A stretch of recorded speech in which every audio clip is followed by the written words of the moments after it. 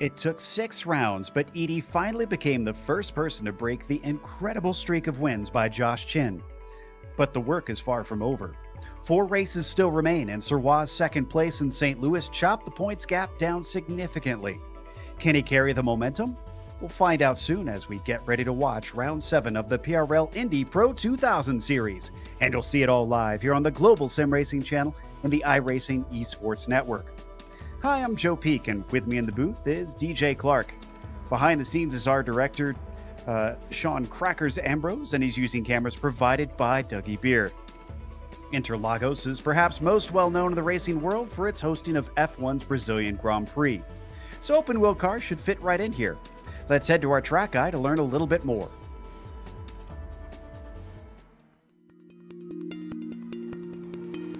Welcome to Autódromo's José Carlos Pache. Most fans and drivers simply know this place as Interlagos. Starting life as an absolute behemoth of a circuit, this Brazilian track was eventually truncated to the version you see today. Having hosted Formula One for roughly 3 decades, it's become very well known on the international stage. But it has also held rounds in the World Endurance Championship, as well as frequently seen Brazilian stock cars, motorcycles, and even truck racing. There's little difference between its 2 layouts, which includes the GP course and the Moto course, which simply adds a chicane to the end of the lap. In both cases, it's a tale of 2 circuits. The run past the start-finish line and into the Senna S, followed by the blast towards the Descida do Lago, are very high-speed sections that come back-to-back. Drivers will need to focus on top end in order to attack or defend. Expect most passes to happen in those 2 corners. But from Ferradura until Juchão, the track suddenly twists itself into a mess of hairpins and frustratingly technical turns. This can make car setup a real compromise, and for the latter part of the lap, an absolute pain when dealing with traffic. Pit exit is also a narrow affair, so it requires drivers to take care when trying to maximize their outlaps. On the upside, with this being a modern F1 track, there's paved runoff in abundance at many of the fast corners. The passion of the Brazilian fans always comes out in force at races, and it's no wonder with this picturesque track sandwiched right amongst the neighborhoods of Sao Paulo.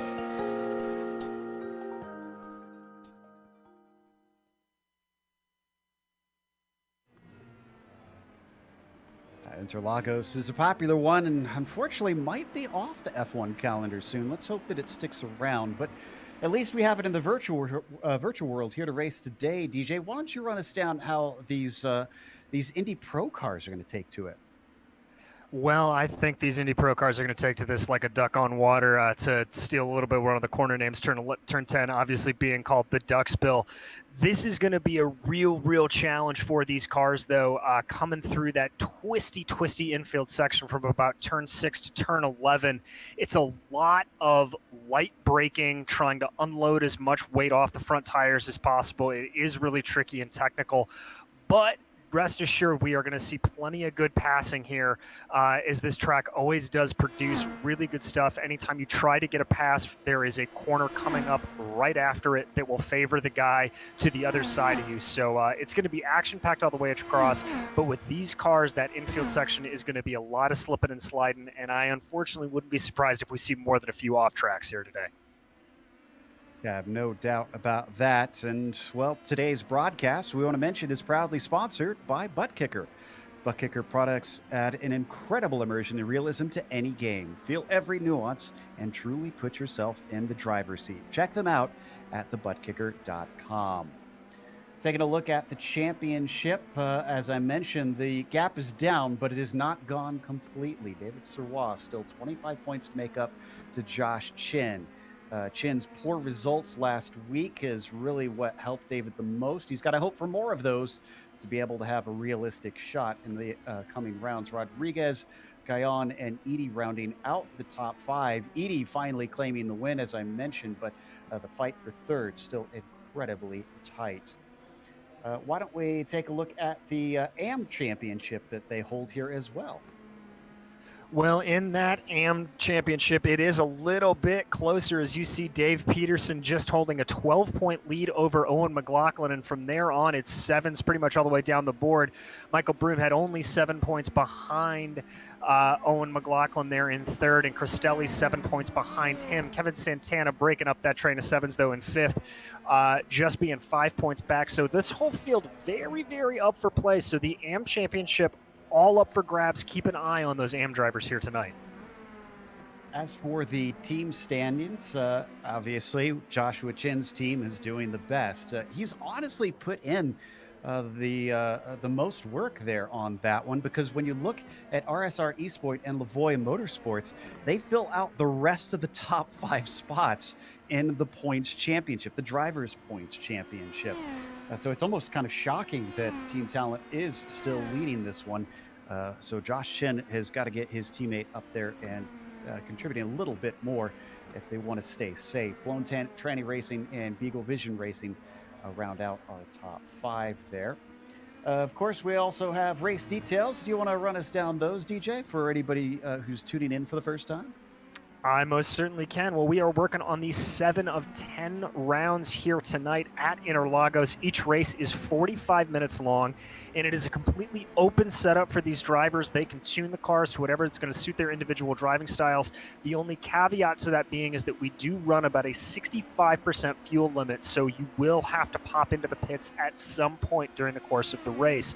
Now, in terms of penalties, you will get a drive-through at 11 incident points, and you will be disqualified at 20. We're also giving away some bonus points here tonight. You get one for pole if you are driving the fastest lap, or if you are able to get 3 incidents or less on the night. And that qualifying is currently going on. Before we touch on that, just a quick mention that if you want to advertise on our channel, we have means to do so. There's a link in the description below where we've got more information to help you figure out how to get your company on the air and seen by over 1 million monthly impressions all across the world here on GSRC. Now, right now, Josh Chin holds the provisional pole. Sirwa has chopped it down to within about a 10th. And then Edie's in third, a little ways back. Those 3 were incredibly close in the warm-up. I believe the top 4 were separated by less than a 10th of a second by the end of it. So I expect this to close in, DJ. I do too, and it's going to be interesting to see what they're able to do here. As you watch Chin on your screen, he's running in pretty much completely clean air at this point, but I think if you're able to catch somebody just right and maybe get a draft down the main straight, it may help you shave off a half a tenth or so. And so we may see, as this qualifying winds down, guys trying to sort of game out the competition and get effect of those guys in front. Yeah, that draft on the front stretch, and I guess the Reto Aposta, as something we were talking about. We've got a pit reporter with us today. Joseph Tebben joins us once again. And Joe, you were mentioning how you felt like that's going to play a major part in how this race is going to unfold. Yes, hello and obrigado, Joe. I do think that the 2 long straights here, similar to what we saw in Road America, not exactly the same, but we do have 2 long straights in this track. The Reto Aposta, which translates to opposite line, thanks to Google Translate. That leads you into the tight turn 4 down the hill. That'll be a great passing zone.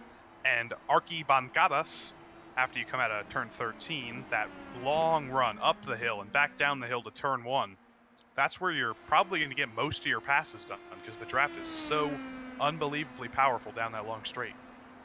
Yeah, these cars don't have too much power, so I think you're right that we should see quite a bit of overtaking happen in those 2 spots. We got about 6.5 minutes left to see improvements as we watch Cochran come across the line. He's still in 27th, as that lap seemed to have not counted.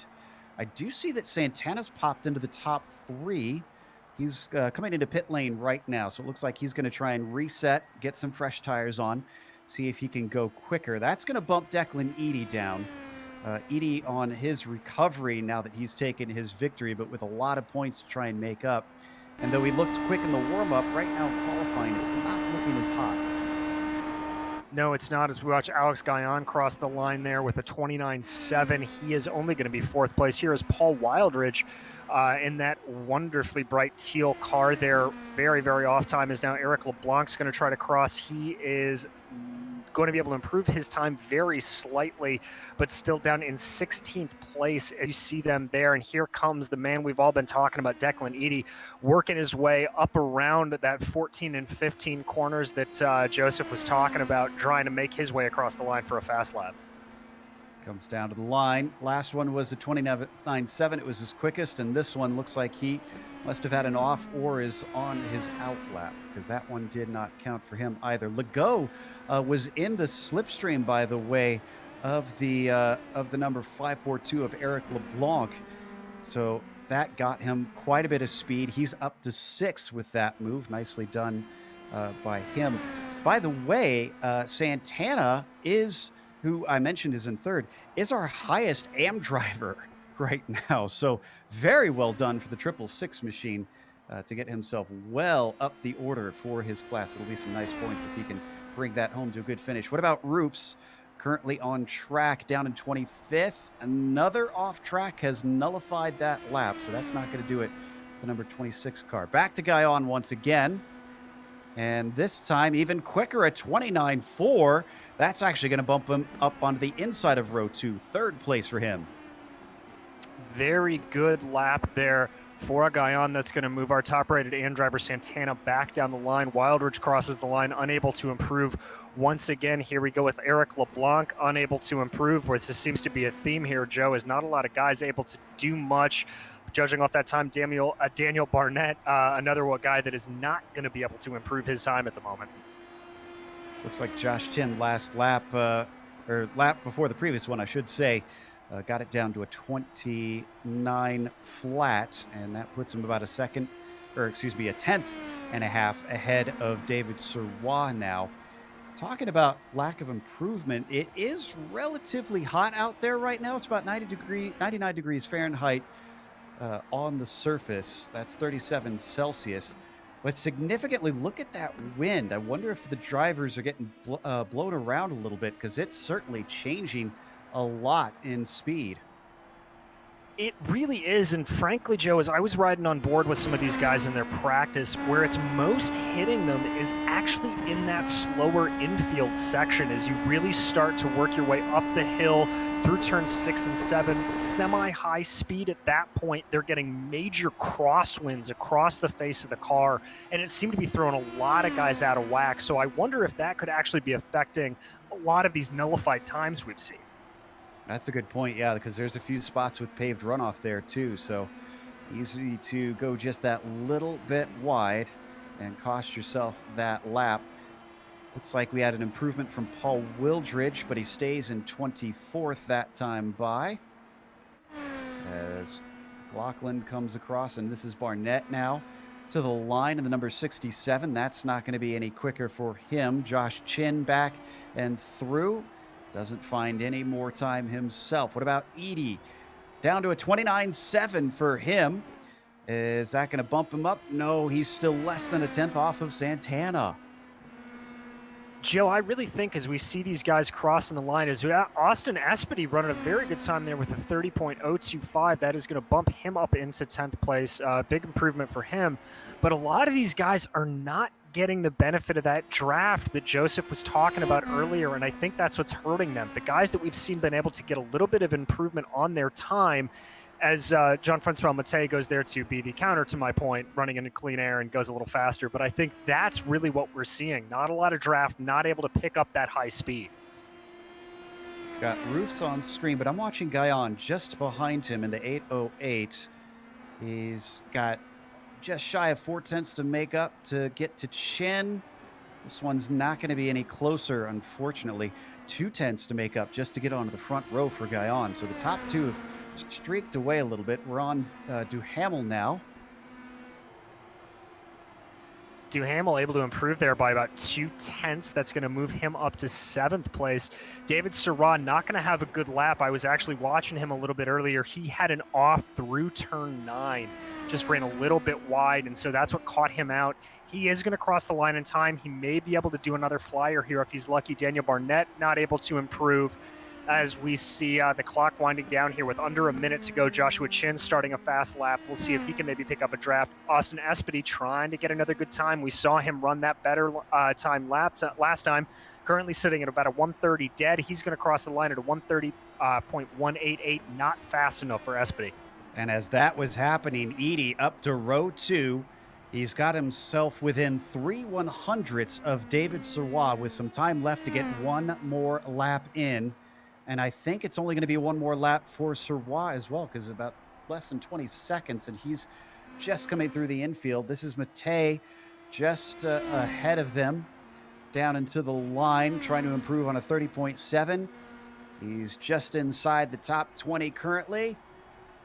And that was a very slow lap for him, so that's not going to do it. Roofs goes a little bit quicker just before the checkered flag, up to 18th for him. This is Guyon coming down along with Ike, and Ike does not improve, unfortunately. And here we see Sebastian Prue working his way across, able to improve with a 131.2 there, bumps him up to 26th place, but not fast enough. Sirois calling it a day. Owen McLaughlin now coming across the line. He's going to, just a couple of hundredths slower there. Not able to improve. Daniel Barnett, currently 28th. He is one of our last guys out on track. He crosses the line, able to improve 0.3 better. Declan Eady crosses the line, and 3/100ths for Declan Eady. Just not quite there. David Rodriguez looks like he might be entering pit lane. Yes. No, he is going to cross the line, excuse me. So the number 15 in 15th pops himself up a little bit more, up to, well, a lot more, up to P8 for him. And there you see Santana crossing the line. Kevin Santana there, unable to improve, but he will be rolling off in 6th. He is our highest placed AM driver. Last guy currently on Andrew Wood. Not sure if he is on a fast lap now or not.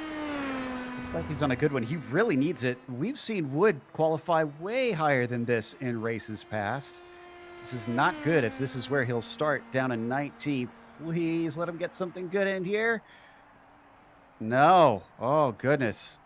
It is going to be a hard day for the 32 car for sure. So that ends our qualifying. Let's go through our starting order for round 7.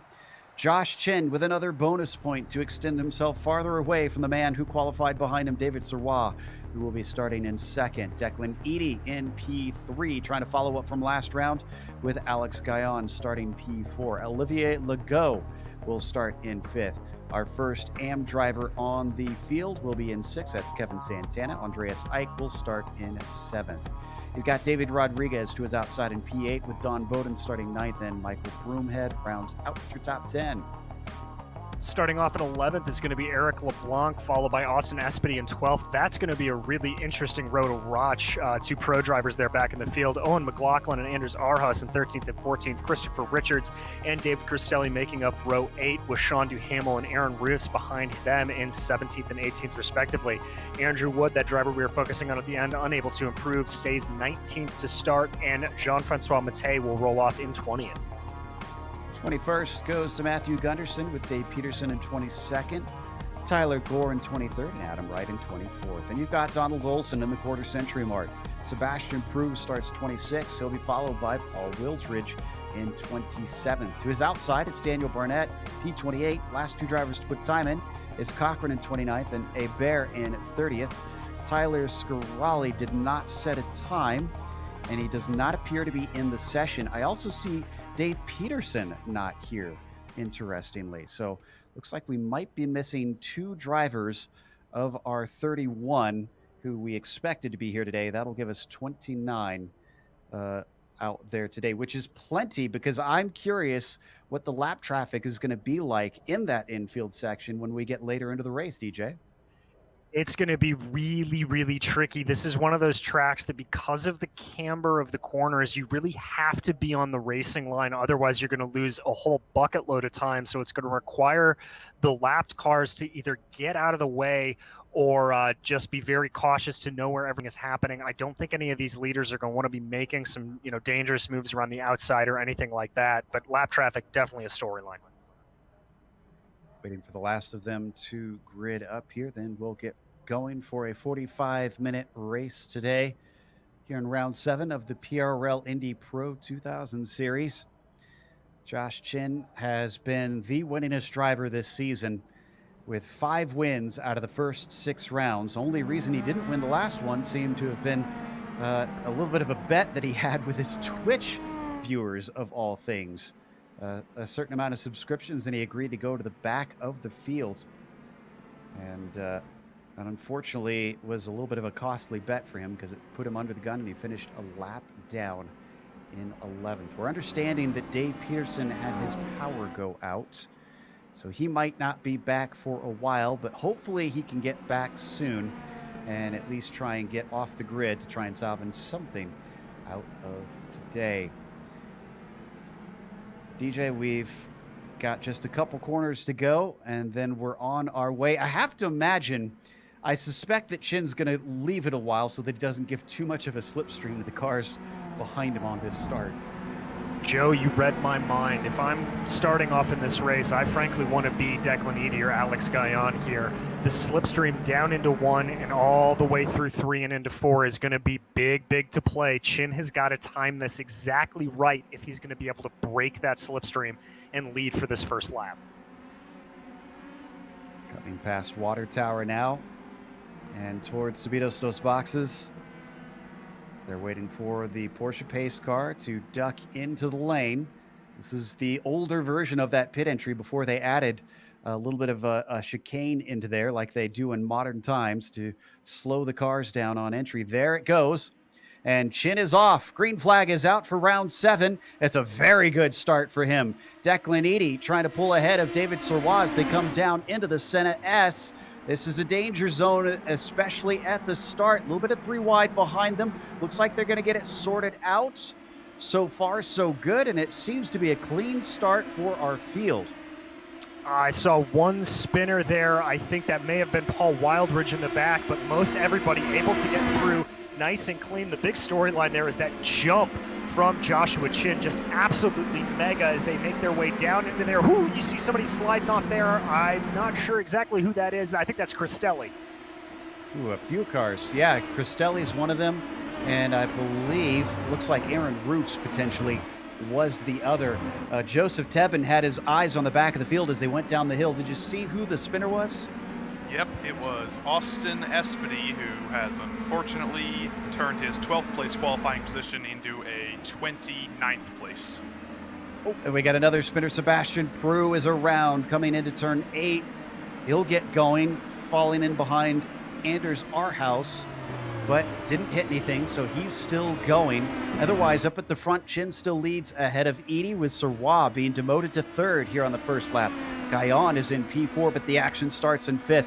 It is Santana being chased by Rodriguez, and he's got a good run coming up the hill. David Rodriguez just showing that absolute fire that we've seen from him the last couple of rounds. Really putting some good power down there in the last part of that lap. He's going to dive to the inside here on Santana, trying to fight for that inside line into the Senna S. He's going to have it. He's going to control it and be able to get the car in position for that second corner and be able to really start to pull away here and start to aim now for Alex Guyon in front of him. Change of position behind them as well. Broomhead getting by Legault. Boy, Olivier in the 88 is under threat big time. He lost momentum where he doesn't want it because here comes Ike. You can see him poking to the inside, coming down to the Descida del Lago. He's given space. Once again, Olivier not able to hold back, just a flood of cars. LeBlanc going to be the next one as they go side by side in front of him. Broomhead had some difficulty off the Descida del Lago. That's 2 spots in 1 lap for Ike. Wow, great move there from Ike, and very much disastrous there from Legault. I think he almost beached himself a little bit coming through that corner. It looked like his right side tires came off the rumble strips a little bit. That obviously caused some wheel spin, slowed him down a little bit. But as this battle continues here, you see Broomhead, Ike, LeBlanc, all these guys really trying to fight for it. This is that tricky infield section we were talking about, and now they're going to work their way back onto the main straight up the hill here and try to line up in that draft. Don't be surprised if you see some drivers really taking some aggressive moves here to try to break that speed from behind. Off the junction, that's LeBlanc in the orange and black machine being chased by Legault, trying to get his spot back behind them. Very tight quarters between Bowden and Richards. I think Richards might have something for him as Bowden goes defensive up towards the Senna S. Not any overlap, unfortunately, for Christopher Richards, so he backs out of it. By the time they hit that first corner, he stays in 12th. Good move there from Bowden, breaking the draft early. Richards not wanting to follow him, thinking he can take it on the outside. To really make that move work, you've got to stay tucked up behind the car in front of you as long as possible. They stay in line as we watch on board with Legault now, still following the gearbox of Eric LeBlanc in the 5-4-2. They come down towards the horseshoe into Ferradura. Broomhead ahead of both of them, leading something of a train in the mid-pack, not missing anything up front. The leaders have been pretty stationary, and he almost gets into the back, or excuse me, yeah, Legault almost got into the back of LeBlanc there as they entered into turn 8. And Joe, that is that tricky section we were talking about earlier, and just how light and soft you have to be on the brakes. You're loading, steering into the corner, into the car as much as possible, and trying to avoid any sort of lockup as you work your way up that right-hander. Really heads up play there from Legault not to go full on at the back of LeBlanc. I'm very impressed by that driving. Up at the front of the train, Broomhead still leading the way and pulling them along, but the fight might be between Bowden and Richards once again. Richards is strong. This time he stays within the slipstream, but he's still not going to get anything. I wonder if Richards has just a little bit too much wing on the car.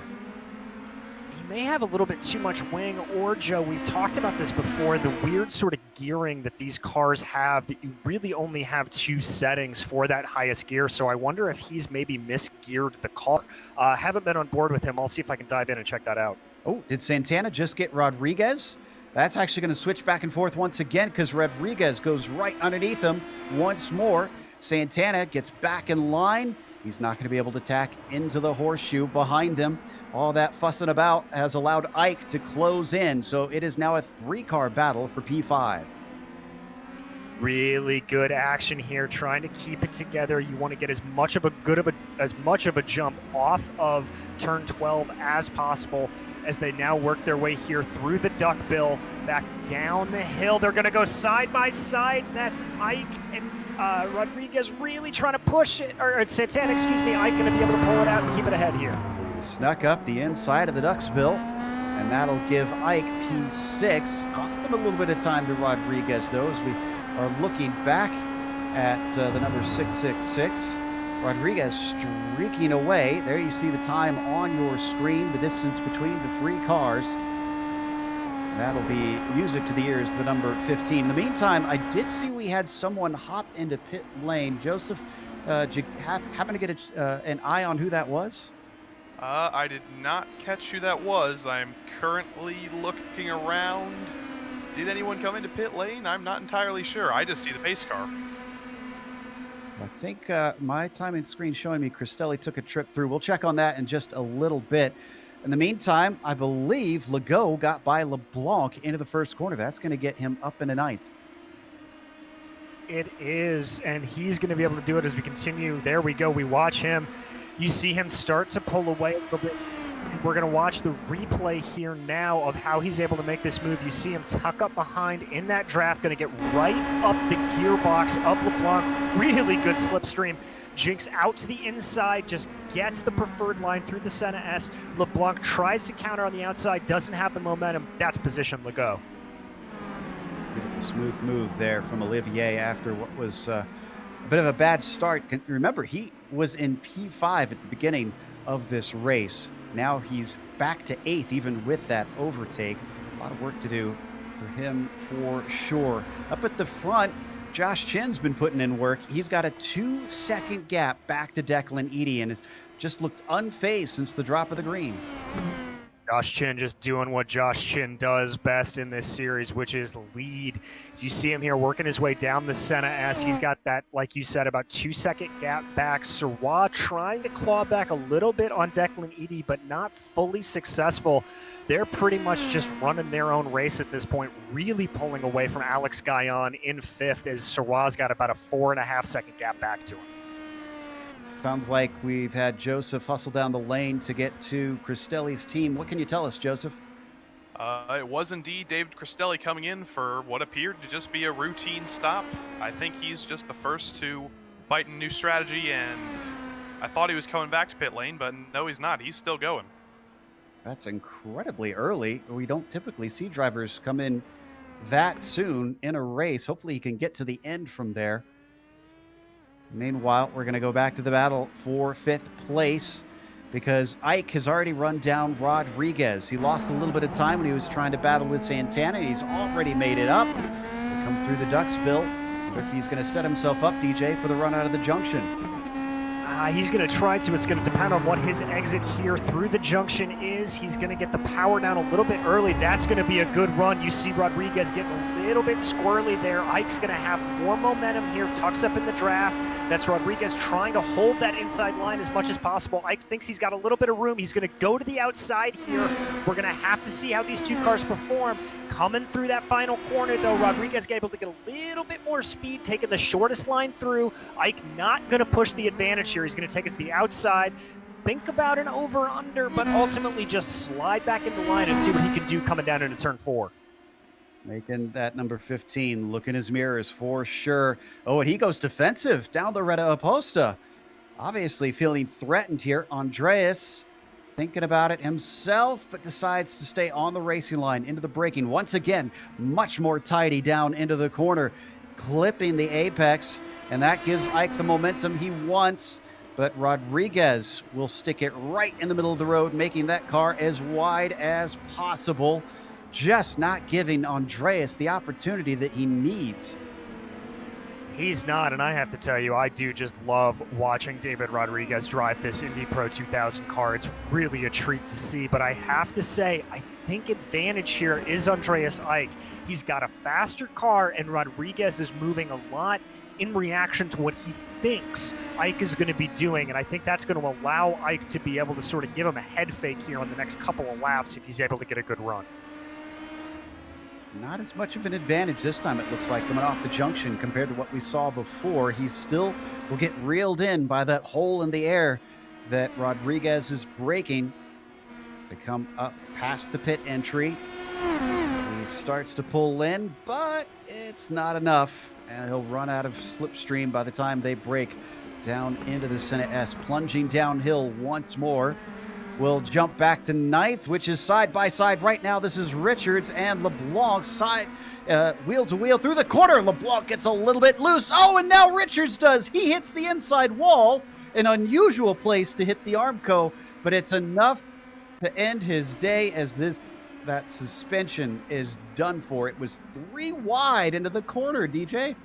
It was, and that brown car, you see them pass like they was standing still as Andrew Wood. It looks like coming out of there, Richards just got on the power a little bit too early. Car just wasn't as responsive as he wanted it, couldn't get it there, and just ran over those rumble strips and going to that inside arm.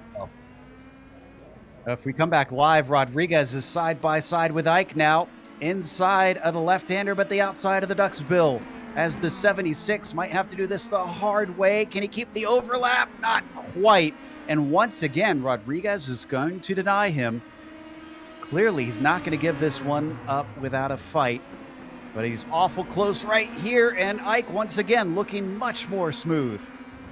He really is. Rodriguez just seeing how far his elbows will extend out of that car. Really great driving from the both of them there. I was really pretty sure that one of them was going to run into each other. As we're now going to jump back to, well, no, we're not, because here comes Ike making the move on the outside. Can he have it going into the Senna S? He's going to fall back in line. I don't think he's got it. Oh, it's looking awful close. That's the closest he's gotten, honestly, this whole race so far, to try and complete that overtake. In the meantime, one of our top runners has come to pit lane. Let's go to Joseph. Yep, Declan Eady is the first taker of the leaders to come into the pits. As we're watching this exciting battle on track, Declan Eady is sitting in the pits for a surprisingly long amount of time. I'm not sure if he hit the wall when I wasn't watching or something, but this is a very long pit stop for the driver who was running in second place. Another little look there from Ike on screen. Joseph, if you can, see if you can pull up the replay and tell us if you can figure out what happened, because that is weird that he has taken such a long stop here. Meanwhile, down through the infield once again, holding each other up, Olivier Legault sees both of those cars and thinks, I could get in on this, but Ike is going to finally get to the inside like he's been wanting to for many, many corners, and that's going to give him 4th place critically. Andreas Ike getting by what seems like by sheer force of will. They're forcing his way through Pico de Pato, really making a good move there. And now Ike, I think, is going to start to stretch his legs here. He's clearly got more speed than Rodriguez, and now he'll just be able to show it. Ooh, he's coming back at him, though. Could he lose the position right back? Rodriguez with a great run, looking to the inside, but he finds himself on the other end of the stick and runs out of racetrack. So all this fighting has definitely allowed Olivier Legault to cut it down to about 0.5 of a second behind these two. Still 2/3 of the race left, so plenty of opportunity for him to try and go on the attack. And if they do that, don't forget about Kevin Santana, who's about 1.5 seconds back behind them. So this could all kick off into something spectacular here. Ooh, Rodriguez, once again, trying to make Ike sweat, but Ike's not falling for it. Well, and it almost worked there, and it does again. That's the 2nd time in as many corners that Ike has run wide over those rumble strips, one of the signature things here at Interlagos, but he's able to really get the power down better through that tight left-handed hairpin. I know how to use my hands to tell me directions. And now Ike's going to be able to start pulling away here a little bit. But as we've seen, Rodriguez able to claw back at him on the straights. But now Legault fully in range to get that full effect of the draft from Rodriguez. So this could very well be a 3-car battle in a matter of laps. Do you need to make the L with your pointer finger and thumb just to make sure you got the left and the right? I wear a ring on my right hand for that exact reason. Ring off, and it still doesn't help. All right, well, on track, the drivers know which way is left and right, but which way is Rodriguez going to go? Neither of them. He thought about the left side down into the Senna S, but once again has to back out of it. Legault is chopping away each time. Oh, this is a fantastic exit out of the Curva del Sol from Rodriguez. He's going to have the run.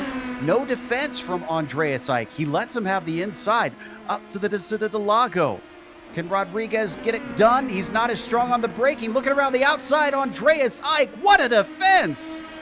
Oh, that was incredible from Ike, but Rodriguez isn't done yet. He's going to try to make something happen here. Coming up into turn 7, has to back out of it a little bit. That's going to pull Legault right up into him.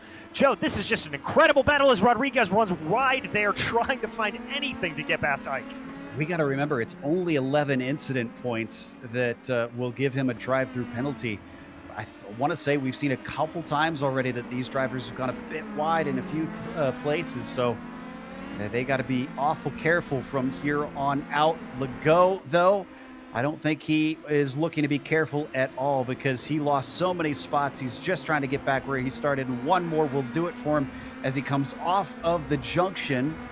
This could be something down into the Senna S for him. Rodriguez is within his crosshairs. What kind of straight line speed does he have as they pick it up to 140 miles an hour, 145 miles an hour?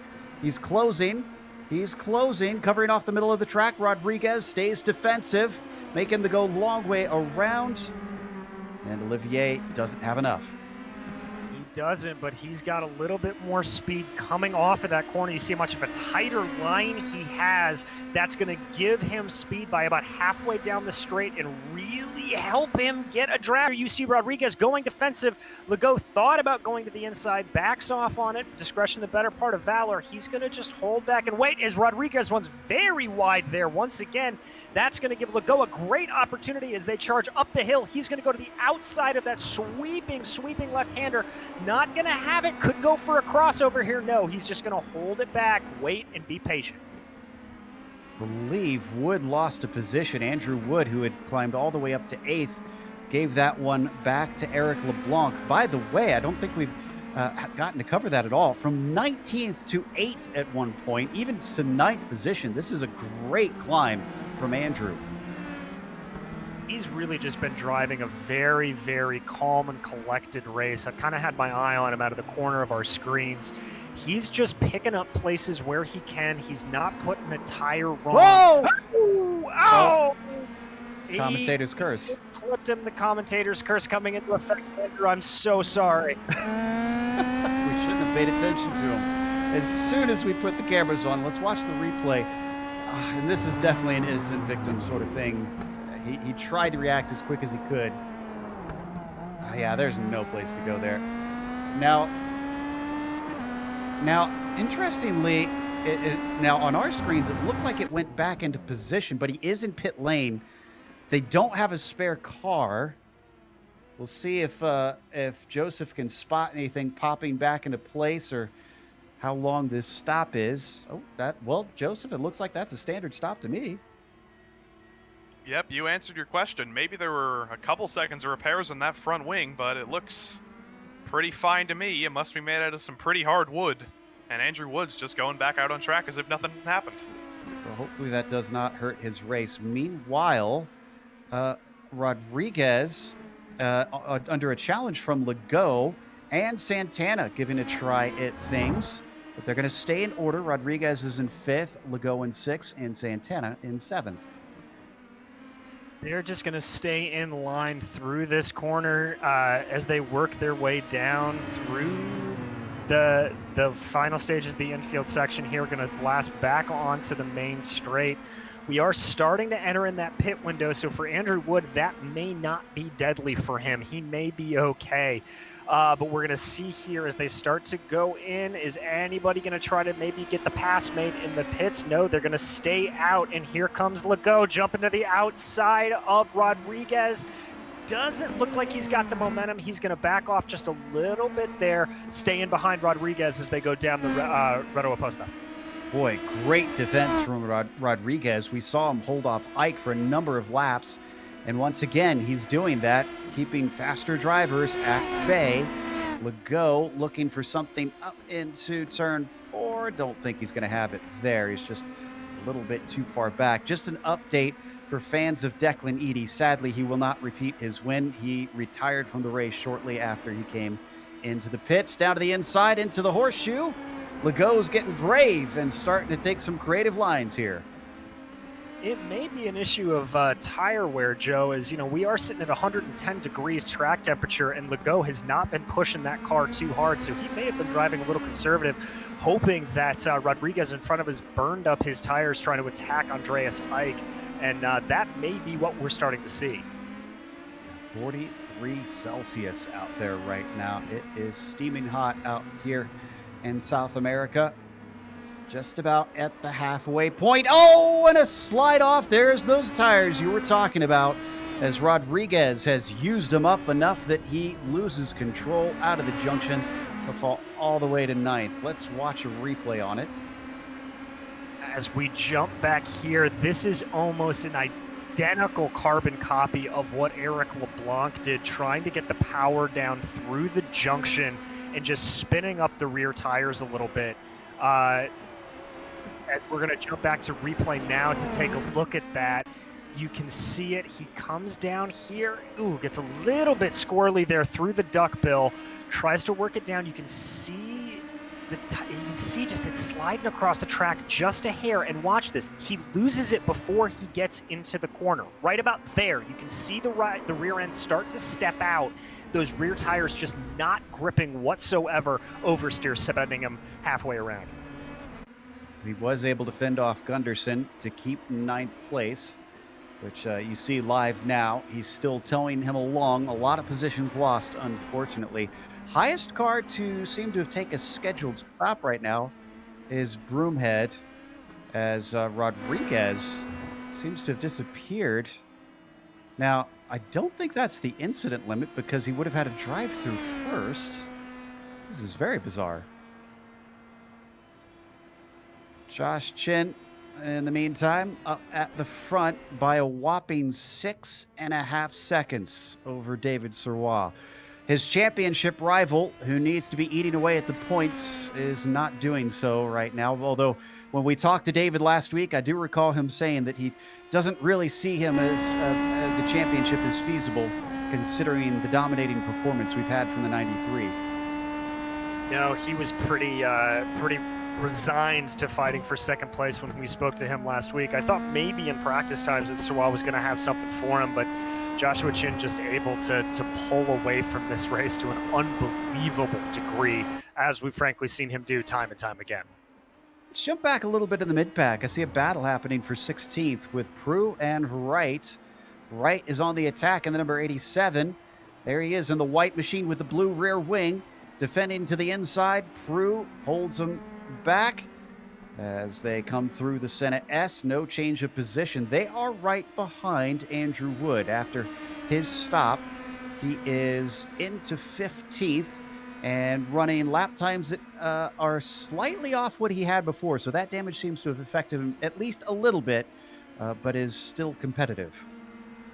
Yeah, he's not completely off the pace, and we'll have to see if maybe that early stop is able to benefit him in some way, shape, or form when everything shapes out. Little too early to tell, honestly, but as you see here, this, of course, being Sebastian Prue, one of our pro drivers in that orange car, Adam Wright, one of the AM drivers in the back, so definitely some bragging rights on the line here for Adam Wright as he tries to really position that car in any way he can to get around Prue. Let's keep the cameras on here, but an update on that AM championship. Santana, Bowden, McLaughlin, and Gunderson, all AM drivers from 6th to 9th among the four of them. They are overperforming big time. They are, and with Dave Peterson missing out, I think the big winner there is going to be your second top running AM driver, which is McLaughlin. As you see there goes right to the inside. Great run off the corner. That's going to give Prue maybe a chance to fight back here, though. He may have made that pass a little bit too early, Joe. Oh, you're right. Down to the inside. Prue hits him back. He's got the desired line. Man, Wright looked so good right there, and then unfortunately, it just all went away as quickly as he got it. We've got an update from Joseph Tebben on Rodriguez. What's going on? Yep, unfortunately, when it rains, it pours in Brazil, and David Rodriguez had that spin, and then he got hit with the dreaded receive through, but fell to unacceptable level, and he's been kicked out of the race due to internet issues, unfortunately. Oh. So we're not going to be seeing him at least for a while unless he can get his internet worked out. Sad to see that's the way things wound up for what looked like a good top 5 for him today. Meanwhile, the battle continues here for what is now 14th. We had a couple more cars duck in a pit lane ahead of these two. Sebastian Prue leading Adam Wright. Just about 20 minutes left to go. A little less than 20 minutes to go on the clock. So should be seeing more and more of our friends visiting Joseph. I think they should. I'm a little surprised they haven't started to already, as we've seen a lot of guys able to sort of wanting to go about the half point. As we're going to jump up here to 3rd place, Alex Guyon, as he works his way around a little bit of lap traffic in front of him there. Yeah, that's a Bear and Barnett. That's actually a battle for position. That's well down the order, so they should be able to get out of the way of him pretty easily here. They come up to turn 8. Yeah, nicely done. That is a beautiful move from Barnett. Didn't lose too much time, but let the leader through. Oh, and then as soon as I say that, he almost spins it. Just not our night and calling guys out in good moods, Joe. Gonna shut up now. Anyways, just a couple more cars. One more car for him to try and get by. I also thought I saw Jean-Francois Matte come in. Looks like he is pitted as well. He's back out on track, and our leader's in. Joshua Chin heading the way of Joseph Tebben. Joseph, can you see him? I can indeed see Joshua Chin in that beautiful purple and white car. Finally coming in for his pit stop. We'll see if David Sirwa, Alex Guyon follow him, but he pulls into his first pit stall. He's going to get all the tires and fuel he could ever want, and he's out without an issue. So tires are the call for today for Josh Chin. Nice smooth stop. As looks like Guyon followed him in, but Sirwa did not. Neither did Santana. Chin had such a lead, though. He's actually come out in 2nd place ahead of Santana. I think Ike is in and out. Legault as well. They're all cycling through here as The one guy to sort of watch out of all of this that I was a little fascinated by was one of the early stoppers, Michael Broomhead. After everybody cycled out here, Broomhead has found himself all the way up in 8th as we watch David Serrois working his way around. I have to imagine he's going to be diving into the pits on this next lap. Yeah, I think we're getting to the end of that window here. Here we're following the new leader who should hand it back unless something dramatic happens to Joshua Chin. Now, we did see he took tires. Serrois could not take tires, but that's not going to be enough for him to jump Joshua Chin based on what we've been seeing so far. Down into the lane. There we go. So the Canadian is going to take his stop just one lap later than Joshua Chin. We're still waiting for Santana to come up to that pit entry. That is how far behind everybody else. And there's our driver who will inherit the lead on screen there for a moment, the purple and white car of Josh Chin. Serrois hits his stall, goes up on the jacks. He is going to take tires. Santana seems to be in behind him. Bowden joins, and Serrois is back out. Slightly slower stop we're seeing compared to Josh Chin, so not much in terms of gain for the number 19. Not a lot, but just behind them, Andreas Eick able to get around Alex Guyon there after their round of pit stops, but Guyon looking like he's going to fight back here going into turn 4. Thinks better if it slides back, but Eick really making his way up through the field here as he runs wide again. That's about the 4th or 5th time we've seen him do it, though, tonight, Joe, and I've got to be thinking about that incident limit for him. Yeah, I'm a little bit worried about that, too, because we know he went off a couple times early when he fell down the order. Still, great pit stop from the number 76 to get himself onto a potential podium. Considering he started this race in 7th, this is a fantastic job from him. Down through the duck spill one more time. He continues to lead Alex Guyon, who is up to 4th. Well, actually, he started 4th, so he's exactly where he began this race. We got a bit of a battle happening between 7th and 8th as well. Bowden and Broomhead very close together until Broomhead just made a mistake, and Broomhead actually off track a little bit there. And that's going to hurt Broomhead as we're going to jump back here and take a replay of the incident here as you see Michael Broomhead going around here. That's going to be Bowden in front of him. Broomhead tried to find something, just locked up big time, trying not to run into the back of Don Bowden. Yeah, it almost looked like he got caught out by the braking point or something. Not sure. As we come back live now, gives a big gap up to the number 5. The 05 in the meantime is looking in his mirrors instead. That's Owen McLaughlin getting chase and just having a little bit of a look down into the Senna S, but not a serious one. He wasn't nearly close enough to make a real attack on that one. And Joe, that is important to note. These two guys are placed 2nd and 3rd in the AM Championship. Broomhead leading McLaughlin by just McLaughlin leading Broomhead by just a couple of points. That 7-point gap we talked about. So McLaughlin's going to want to get around him because I think if he does it, if my math is right, if he's able to get into that position, he may be able to tie Dave Peterson for the lead of that AM Championship. LeBlanc, in the meantime, going to get a spot from Duhamel. The 032 on the outside into the Descida del Lago, and he gives that one up. One more for the 542. Started this race in 11th. That'll give him 14th. Still not the race that he was looking for, I'm sure. No, I don't think it is, but LeBlanc trying to make the best out of a bad situation here. Down 3 from his starting position. He's about 5 seconds back now from Jean-Francois Mattei, so he's got a lot of work to do in the closing stages of this race. Not impossible, but it's going to be a tall order for him. So I noticed that Andrew Wood, after things cycled through, looks like he's returned in 11th. But Joseph Tebben has an update here on one driver that's been having issues. Joe, what's going on? Yeah, Michael Broomhead, but as you say that, he actually just took the position back that he lost from a little bit of a mistake. He fell from 8th to 9th after a little bit of a wiggle, but it looks like things are back to normal for Broomhead. That's McLaughlin he just overtook. Nicely done by the 05. McLaughlin still seeing if he can get back into this thing. We're down to 19 cars left on the lead lap. We've actually had a fair amount of attrition. Cristelli, Wildridge, Roofs, Rodriguez, Edie, Richards all have DNF'd, unfortunately. We had 2 did not starts in the form of Scarali and Peterson. But boy, have we seen some drivers fall afoul of what should not a track really that I pegged, DJ, is one that would eat up cars.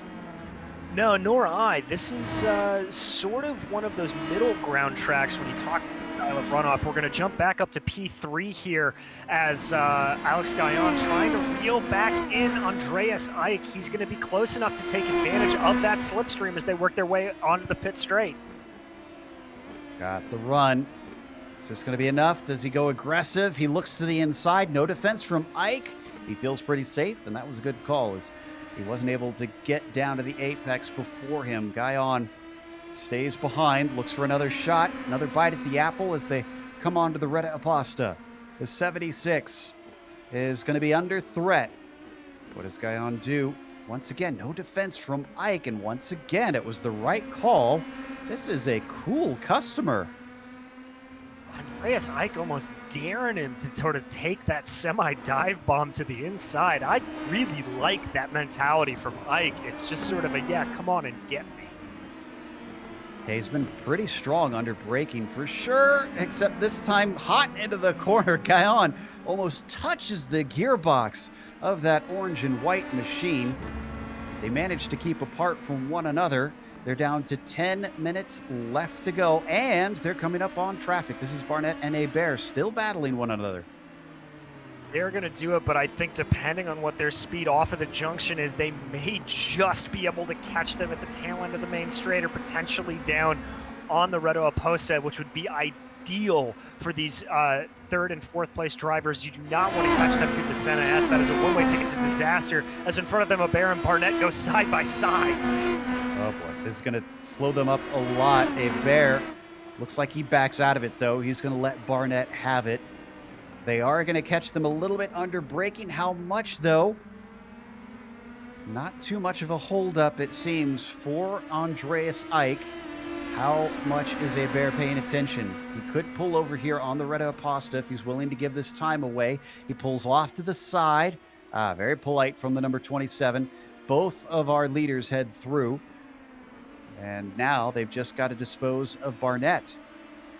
And they've got to pray Barnett gets out of the way here. You do not want to catch a slower car up through these sweeping corners. They're not going to get him in time. This could get nasty, Joe. Oh, and a late move to the inside, but they read the situation well. Barnett held off to the left. Both of them are through. That got dicey, though. It certainly did. I know I was very much clenching my jaw. As you see Alex Gaillon trying to take a little bit of a tighter line there through the duckspill, seeing if he can get anything doing. Not going to have it. Going to pray for another good run off the junction to Eick. Try to get some good draft here. I don't know if he's going to fully have it. We're going to have to see if Eick takes that come on and get me position again of not really defending the inside.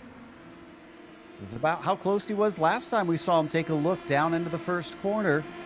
We're going to see it again, most likely. He just starts to pull him in. Oh, this time he is staying a little bit defensive. Not defensive enough. A half-hearted move to the middle of the track leaves the door open. Down to the apex goes Alex Gaillon, but he's got to complete the pass, and he's going to do it. Gutsy move from the 808 to get onto the podium.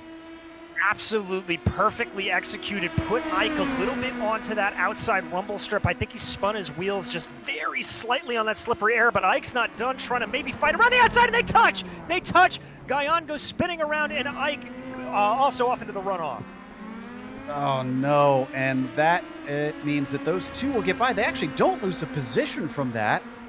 So he's going to let Gaillon take the spot back. That is good sportsmanship from the 76. Just taking the fight to further down the road, letting it continue. Doesn't want to take it under suspect circumstances. But now they got to lap the traffic all over again in these last 7 minutes. This has extended the distance between P2 and P3 as Serrois is now full 14 seconds ahead of Gaillon. Suha just able to pull away and really secure onto that second position. And Joe, I'm looking at Andreas Eich's car. Doesn't look like there's any damage, so I think both of those guys were able to get away scot-free. As you see Joshua Chin putting in a fastest lap of the race, and they come up here on David Hebert. That was a little too close for comfort. Bears can just stay to the outside of the two of them. Ike's not going to take this one sitting down. He's been full of spunk today for sure. Willing to get a little bit aggressive in places and really push hard. We're down to, let's see, 18 cars left on the lead lap now, as I think Josh Chin just managed to get by another one. He's been really unhassled by any of the lap traffic. It's been non-dramatic in many senses of the word for him today. Down through the Descida del Lago.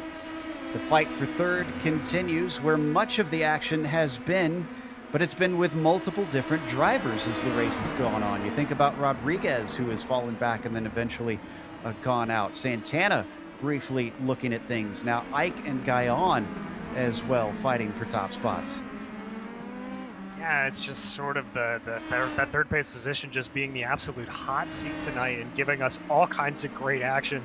Now, Ike, maybe I spoke too early, Joe. It just doesn't seem like Ike's got the bite that he did earlier to get by Gaillon.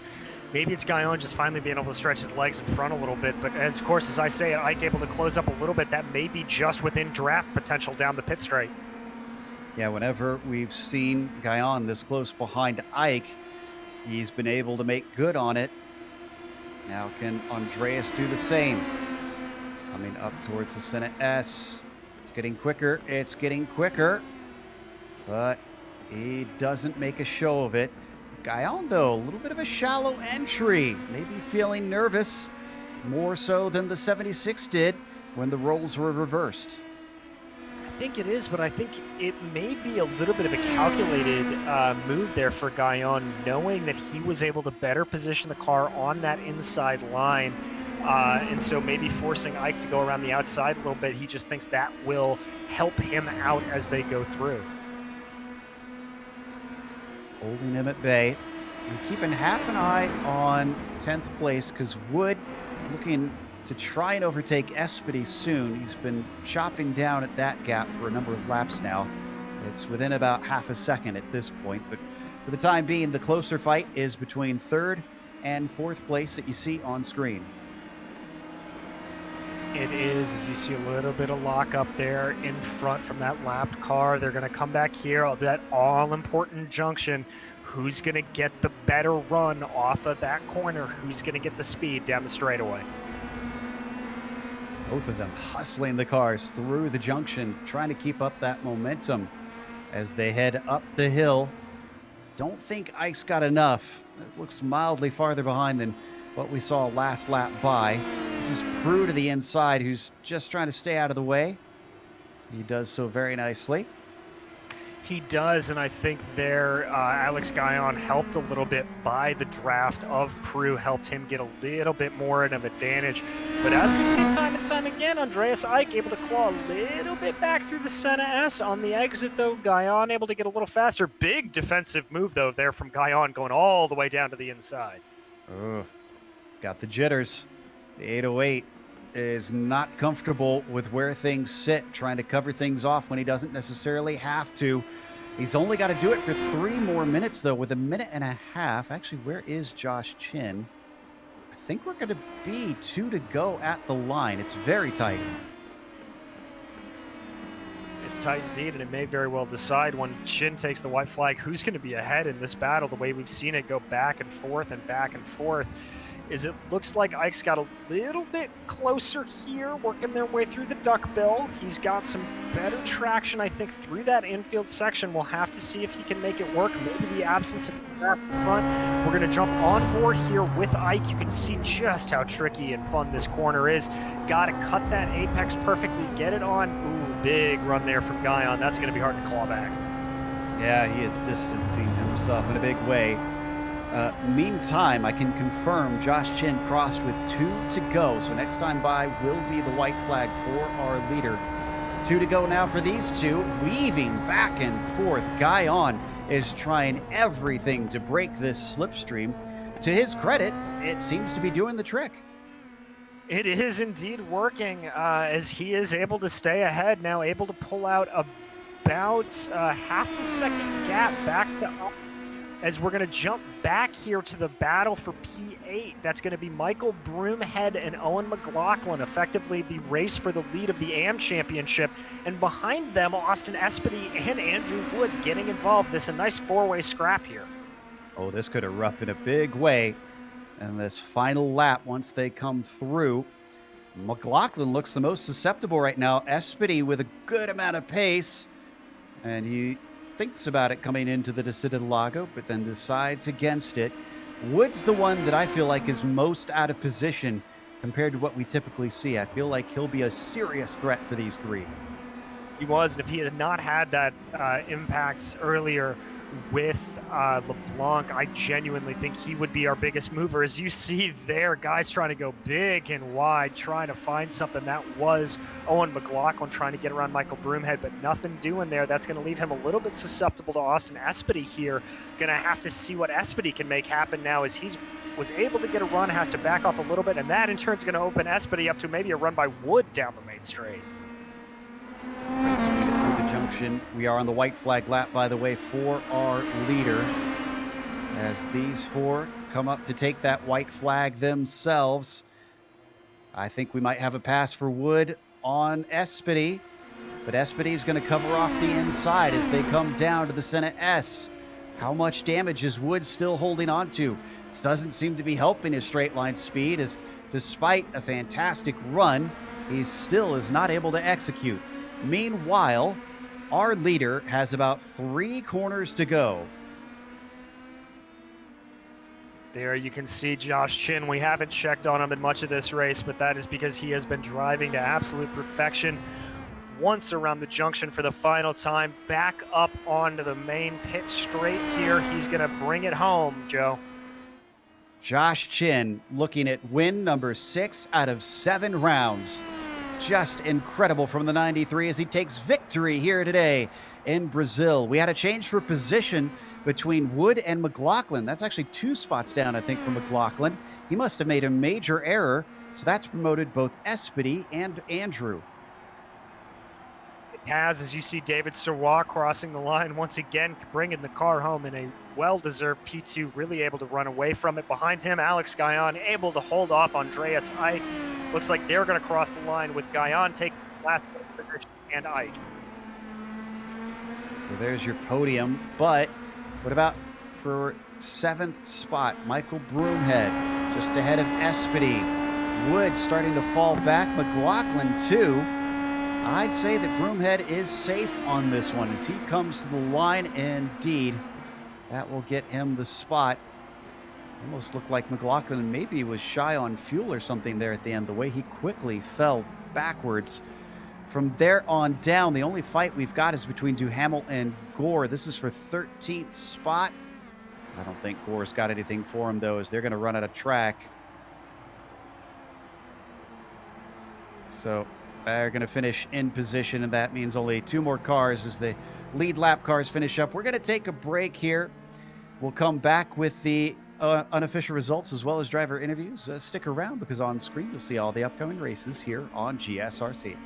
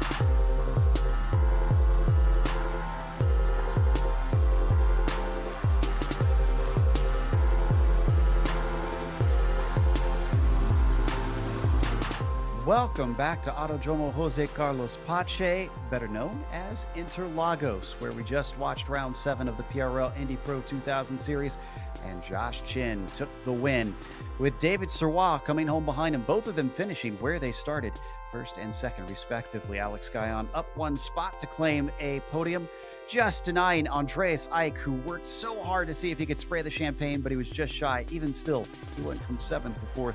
Legault finished in 5th with Kevin Santana in 6th, and then Don Bowden in 7th. You got Michael Broomhead up to 8th today, Austin Espedy finishing 9th, and then Andrew Wood, who didn't get any practice in, had to come in late for the qualifying and climb from 19th up to 10th. Bringing the car home in 11th was Owen McLaughlin, followed by Matthew Gunderson, Jean-Francois Mattei, and Eric LeBlanc. Next, Sean Duhamel, followed by Tyler Gore, Anders Arhus, and Adam Wright. Barry Cochran, the first of our lapped cars down in 19th, and in 20th was Daniel Barnett. Then in 21st, stuck in a battle with Daniel Barnett all day, was David Hebert, followed by Donald Olson. In 22nd, Sebastian Prue finished 23rd. David Cristelli, with an early pit stop, finished 24th, 10 laps down. And now we're getting into cars who unfortunately left the race early. Paul Wildridge, Aaron Roos 26th, David Rodriguez unfortunately 27th, Declan Eady, his teammate 28th, Christopher Richards 29th, Dave Peterson didn't start the race in 30th, and all on his own in 31st, who also didn't start the race, Tyler Scarelli. We've got our winner ready to talk to us, Joshua Chin, once again returning to this top step of the podium here. And it's been just a phenomenal season for that number 93 car, having won 6 out of the 7 races. Josh, welcome back to the top step. This looked like another one where you simply had control of the whole thing. Yeah, I was a little bit worried in qualifying with how close some of the pace was from Declan and David, but once I got in the race and broke the draft, it was just smooth sailing from there. We heard from David Serrois last week that he seemed pretty down about his chances on the championship. I mean, when you hear that, how does that make you feel? Is that sort of an encouragement, or do you want the guys to come at you and give you more of a fight? I mean, I wouldn't mind more of a fight right now. I'm not gonna lie, I was pretty asleep at the end of the race, but it's the pace has been about the same as last season, so it's just keeping the foot to the throat and just pushing as much as you can. Some really aggressive terminology there. You're on a bit of a roll. You won last night as well in the Indy cars for the Lionheart series. Are you becoming Mr. Open Wheel here on the channel? I hope so. I haven't really had form like this for about 2 or so years, so it's nice to get back to it. The consistency seems a lot better. Lionheart, I still have some occasional missteps here and there. Pit road exit at Atlanta comes to mind, but overall, it's the consistency is a lot better, and I think that's the biggest thing that helps me right now. The pace has been about the same during that time, but the consistency and having that pace has helped so much. Your pace has just been jaw-dropping in some places, especially like today. Again, congratulations, and hopefully we'll get to talk to you some more before the season's out. Thank you, guys. Josh Chin, your winner here today. Meanwhile, DJ has caught up with David Serrois, the Canadian, once again coming home the bridesmaid. David, relatively quiet race for you out there. A little bit of scuffles at the beginning, but once everything was said and done, it looked like you just had that second place on lock. Yeah, first a nice win to Joshua. Congratulations to him. Yeah, lonely race for me. The Lavoie Motorsport karting offer Nitro 360 car was nervous tonight. I could not drive it the way I would like to, so I didn't push too hard to secure second place. Okay, well, I mean, we're heading to Mid-Ohio next week. A little bit similar in terms of some of the braking profiles. Do you think you'll be able to get those sorted? Maybe give Josh a run for his money there? Well, I don't think so. Joshua is on his own planet only. Declan Eady can challenge him sometimes, but I don't think I will be able to challenge him anyway. Well, we'll be hoping that you do regardless and just seeing what happens because we always love watching you race. Before we let you go tonight, David, anybody you need to thank tonight?